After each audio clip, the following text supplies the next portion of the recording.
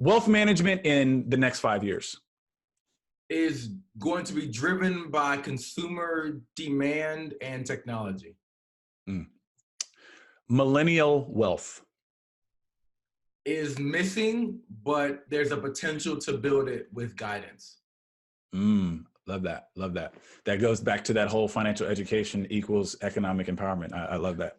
Yeah. Last but not least, tomorrow's financial professional must focus on the value of human-to-human interaction and letting technology doing the boring parts of their job. Hey there, everybody. In this Conversations in Finance, I had the pleasure to interview Mr. Calvin Williams Jr., who is the very first Black-owned robo-advisor automated wealth platform, for those that following along with the non-jargony vernacular. This was such a great conversation, and I wanted to highlight a couple of points because Calvin is a wealth of knowledge, being a computer scientist, and he had such great insights into this conversation and perspective. But as you know, I like to always start with the money story, and this was Calvin's.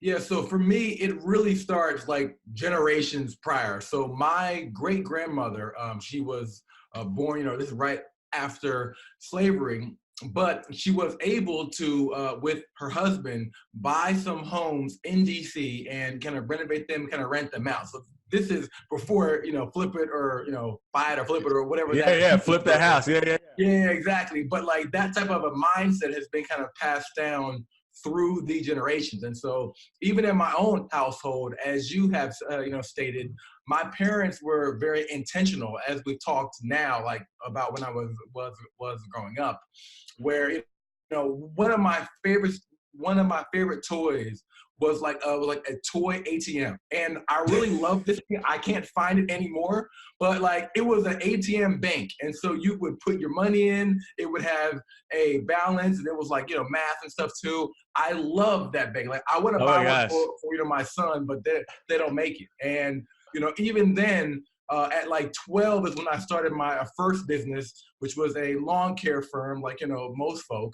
Yeah. And there we had a chance to like cut most of the yards in the neighborhood. We hired, I hired some friends to cut as well. And a big thing is that money was never really taboo in our family. We weren't always doing great. Sometimes they were, tight, but at the dinner table, that's literally where most of our conversations were, and talking about money. Once I became like a teenager, learning how much my parents made, where money was going, and just, even me, I began to invest, and this is pre all of these, fintech firms, but like back in the 90s, I don't know if you remember Share Builder. They were ING Share Builder, ING Share Builder, yeah. So I first started buying shares on Share Builder at like 13 or 14 years old. And so for me, finance has not been a taboo topic, which is probably what led me down this road. And we've always talked about money in the good times and the bad times. And it just kind of helped me get to where I am now. With another unique perspective, Calvin views technology and the traditional spectrum of financial advice a little differently. And I wanted him to unpack that for the audience because I think it was so unique. This is what he had to say. Most advisors probably would look, and I don't want to say most, but some advisors are going to look at this and they would view you as competition, right? You're an automated wealth platform. Right. And I'm the traditional financial advisor.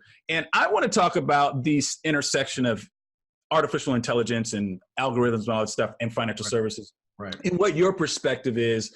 There's a lot to unpack here, but just first, should aspiring financial advisors, the person that's wanting to be a financial advisor in the next 2-3 years, or they're growing their firm now, should they look at you as a threat or opportunity? And why would you say either? Yeah, so just to kind of set the stage is that what Freeman Capital is looking to do is that we are looking to address the wealth gap head on.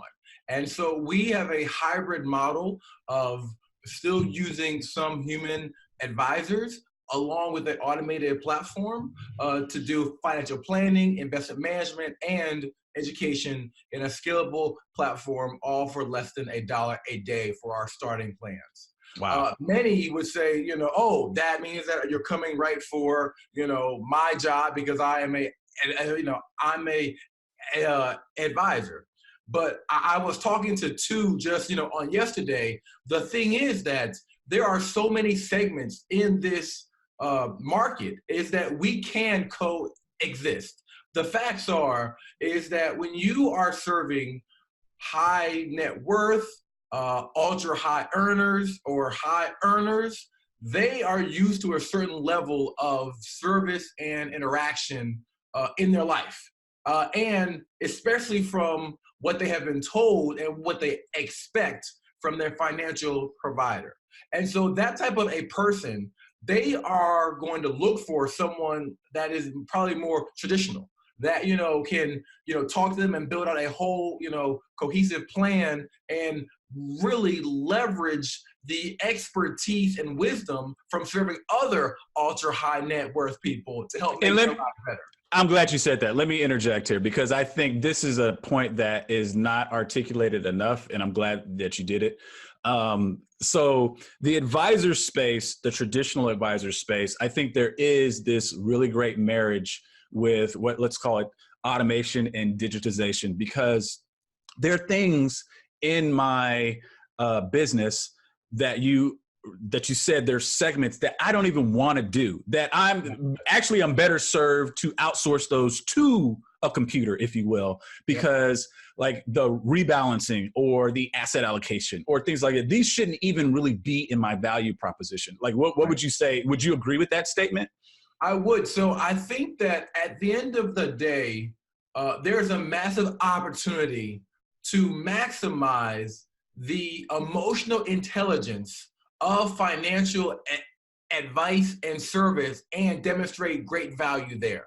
That is the massive opportunity. The customers that we are initially helping are those who most likely won't qualify for a financial advisor service anyways. Yeah. And so it literally is, it's kind of like you got the big leagues and you got, AAA, AA, single A. Like we're playing baseball, but it's a different level of game here. And so, the opportunity that I see for current and future CFPs and advisors is to maximize on the emotional intelligence of your service to provide what no computer can.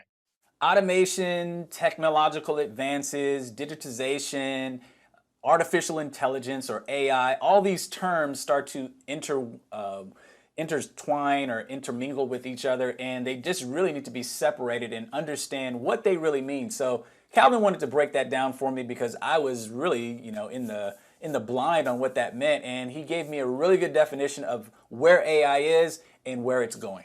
To talk about that, we have to really kind of dig into where automation and AI are, right? So, I follow this space pretty closely, one, because I'm scared of it, two, because I work in it.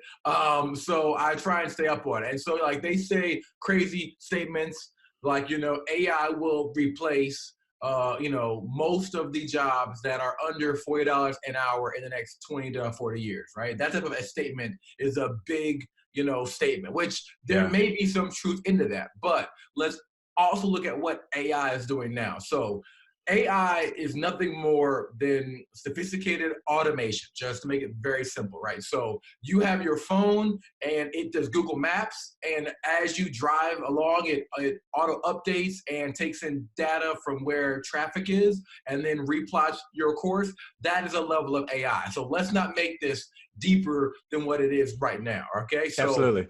The current level of commercialized AI is what they call narrow, which means that it does one task or a set of tasks decently or very well. But the problem with AI is that it cannot currently handle anything that is emotional. There is research on trying to understand communication, but the problem is that as humans communicate, only 7% of what we say is the actual words of what we are saying.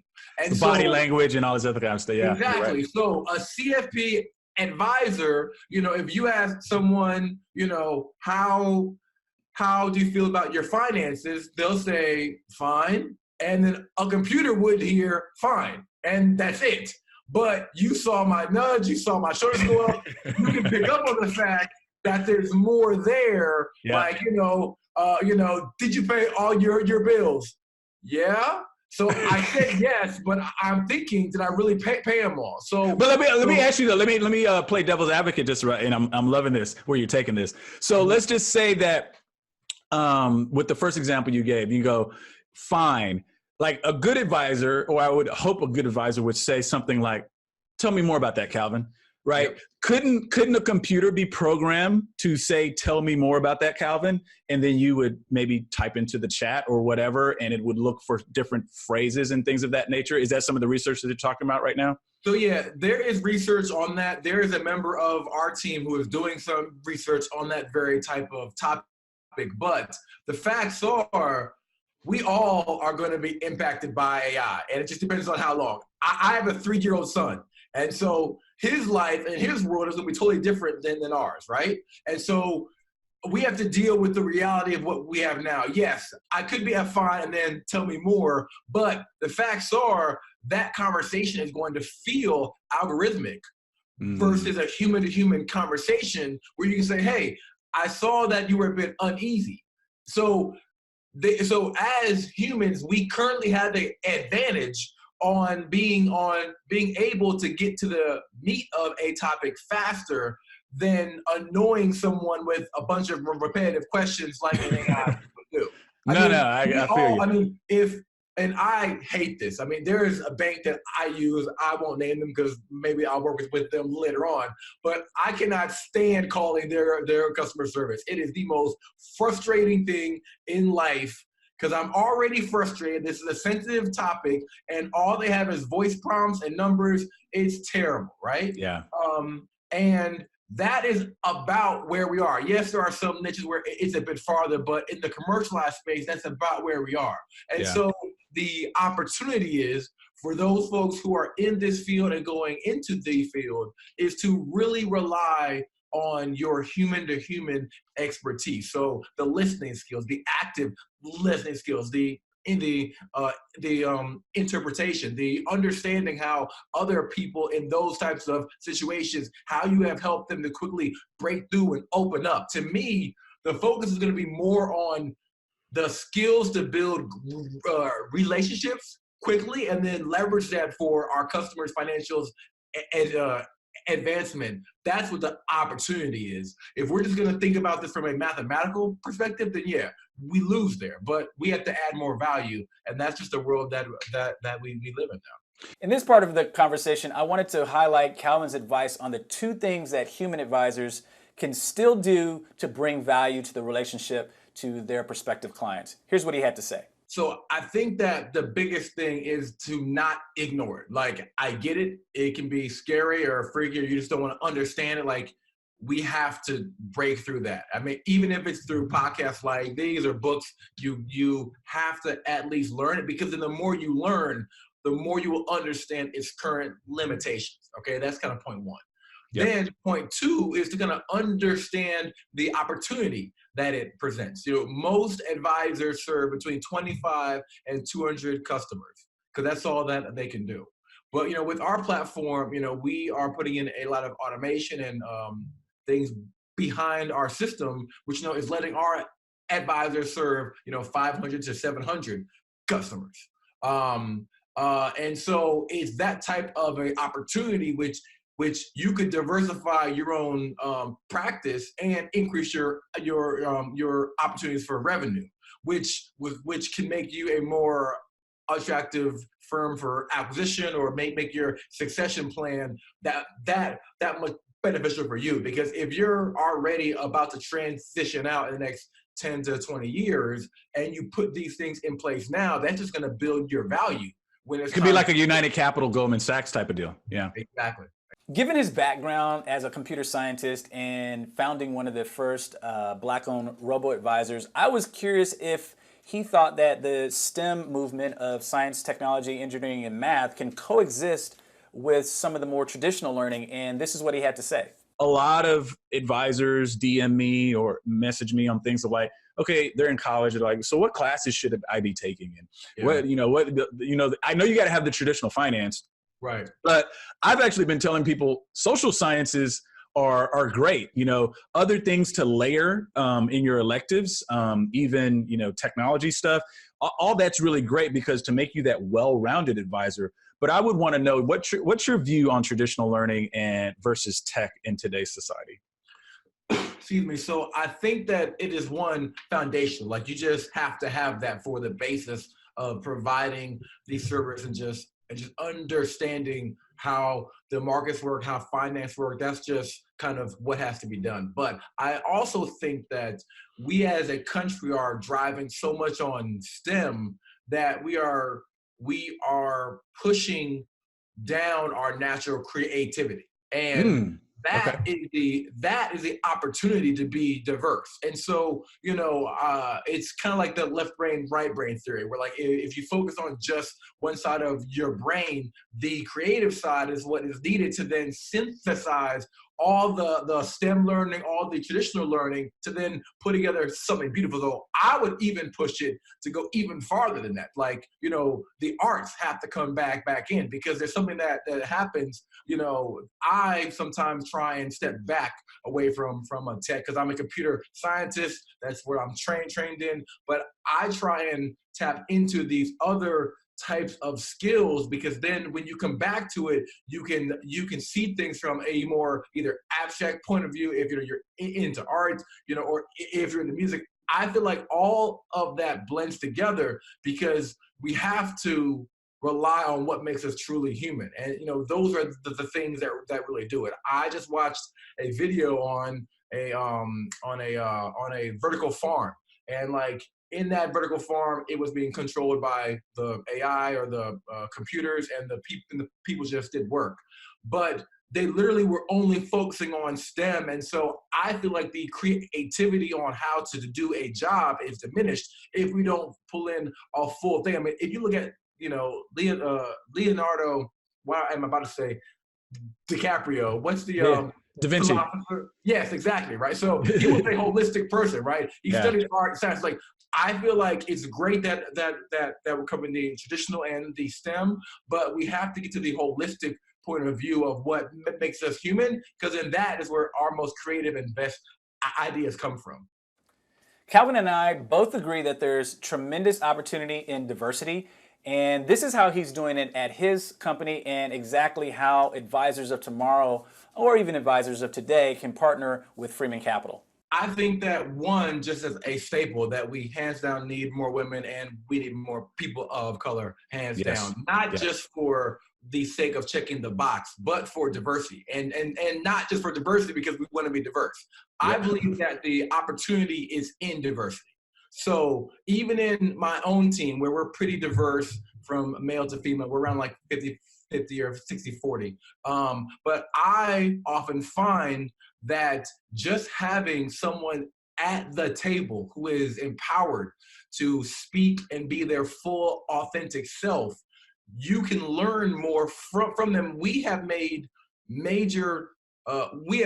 avoided major mistakes because we had women at the table and diverse audiences, of course, because I'm Black, there's diversity in my company. But I think that the opportunity for independent RIAs and those who are we're working at big shops is leaning in on the diversity, because we are entering a state where by 2044 the majority of the U.S. population will be brown, and we also have some challenges because by the year 2053 the Black wealth will reach zero, the median net worth, and the Latinx median wealth will reach zero by the year 2073. Wow. Okay. And so doing what we've always done with that type of mindset is not going to work anymore. But the fact is, when you have been marginalized, you come into a environment with a perspective of empowerment, engagement, and inclusiveness. And that is the opportunity that I see when we include women and people of color, because then our firms have an edge because that is what the customers want now. I mean, when you look at these stats on the millennials and on Gen Z, they want authentic experiences from brands that relate and look and feel like them. And so for me, I see this as an opportunity for women and for people of color to get an edge on even, big, huge firms, because everyone knows what you are going to get at X huge firm. Yeah. But you have an opportunity to put your own thumbprint on the market, on the industry, and help people that would otherwise be marginalized.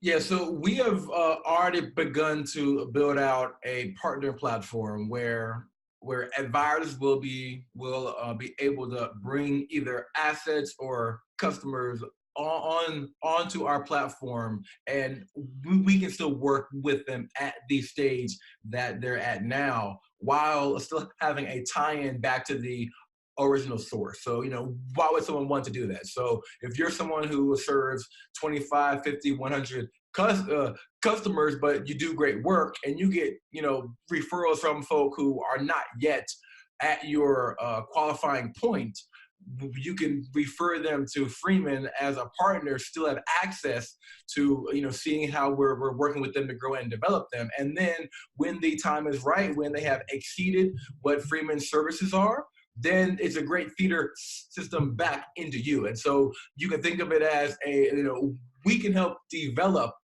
build some of the basic habits and kind of clean up the slate to kind of get them ready for more ultra or high earner net worth.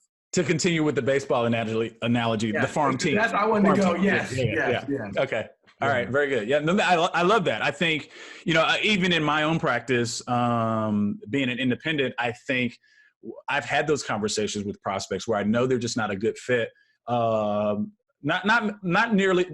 because philosophically, because mainly that's okay, but just financially, if it's not a fit because they're just not there yet. Yep. You always feel bad. Well, at least I do as an advisor. I feel bad when I'm like, I can't help them, because you want to help everybody, which is the reason why most people get into this business. But I think that's excellent. So what, is that partner platform available now? What's the roadmap for that? Yeah, so right now we have a more simplistic version to where you will be able to refer the clients back to us, and if folks are interested, we can of course compensate for that.